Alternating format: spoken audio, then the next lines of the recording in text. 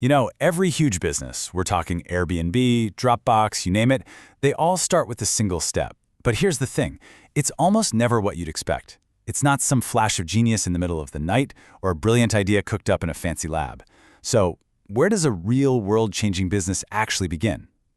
Well, the answer is kind of tough, and it's a hard truth most founders learn way too late. And that hard truth, it's that most just don't make it. The data is absolutely staggering.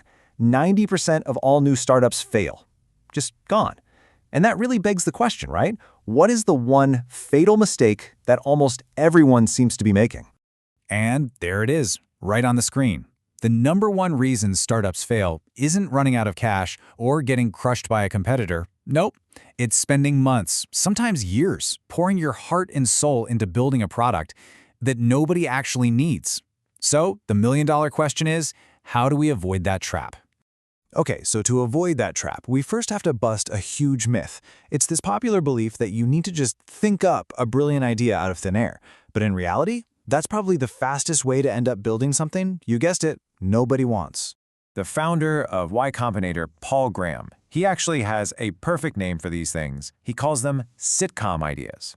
And it's exactly what it sounds like, right? It's the kind of idea a writer would give a character on a sitcom. It sounds plausible enough on the surface, but it's not actually rooted in a real urgent need. It's just a dangerous fantasy. And this slide just nails the difference. Look, on the one hand, you've got a classic sitcom idea, a social network for pet owners. I mean, it sounds fine, right? But it's so vague. Now, compare that to how Dropbox started. The founder, Drew Houston, had this real sharp personal pain point. He kept forgetting his USB stick. It was driving him crazy. And that frustration led to what we'd call an organic idea that solved his own problem. See the difference? It's a guess versus a genuine, deeply felt need. And this leads us to probably the single most important mindset shift for any founder, ever. Stop hunting for ideas, start hunting for problems.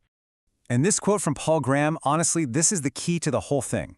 The way to get startup ideas isn't to try to think of them. It's to look for problems, and hey, preferably problems you have yourself. Because think about it, when you solve a problem you personally have, you guarantee one crucial thing. The problem is real. You're not making up a customer because you are customer number one. So a really powerful way to get into this mindset is using something called the jobs to be done framework. It's a game changer. Instead of asking what product will people buy, you ask what job are people trying to get done when they hire this product. It totally forces you to look past the surface level stuff and get to the real underlying motivation. And this is such a brilliant example. Think about a Reese's peanut butter cup. The job people were hiring it for wasn't always just, I want a chocolate fix. For a lot of people, the job was, I want a quick, one-handed snack that is messy, without that foil wrapper getting everywhere. The real job wasn't just about the taste. It was about convenience. And once they understood that insight, boom, Reese's Minis were born. A massively successful product, all from understanding the real job. Okay, so if we're not supposed to be thinking up ideas, then how do we actively go out and find these really valuable problems? How do we actually hunt for pain? Well, it really starts with this idea. Live in the future, then build what's missing. When you put yourself on the leading edge of a new technology or a new trend, even just a little bit, you start to see the gaps before anyone else.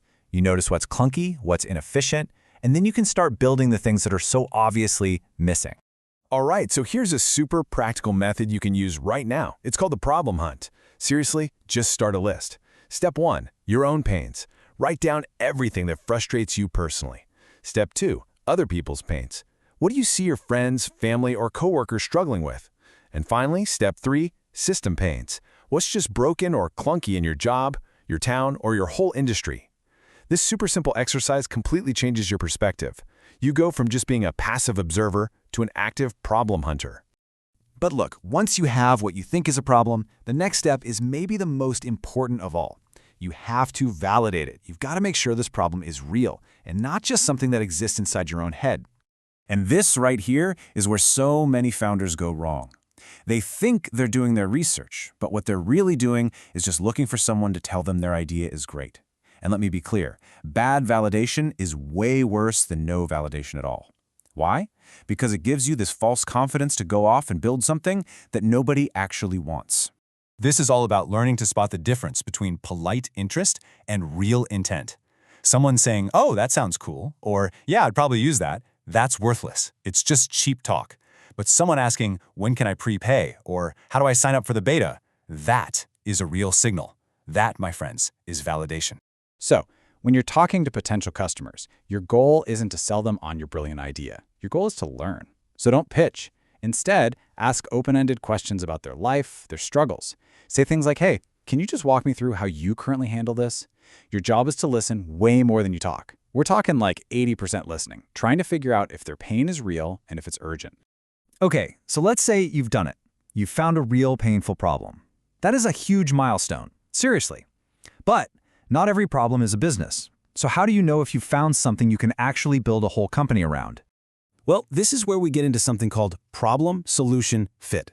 Think of it as the very first major checkpoint in a startup's journey. It's that magic moment when you have cold, hard evidence that a specific group of people, your early evangelists, desperately want what you're thinking of building. And this question just cuts right to the heart of it all. Who wants this so badly that they'll use it even when it's a crappy, buggy version 1 made by a tiny 2-person startup they've never even heard of?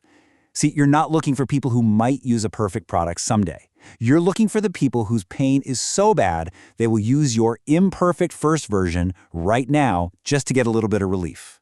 So, before you write a single line of code, you need this hard evidence. This is your pre-build checklist. Have you actually talked to at least 15 strangers in your target market? Are they consistently rating their pain as a 7 out of 10 or higher? Can they clearly show you the clunky, awful ways they're trying to solve the problem today? And maybe most important of all, is there any evidence they're willing to pay for something better? These are the boxes you absolutely have to check. Because ultimately, being a founder isn't about being some genius inventor. It's about being a ruthless editor.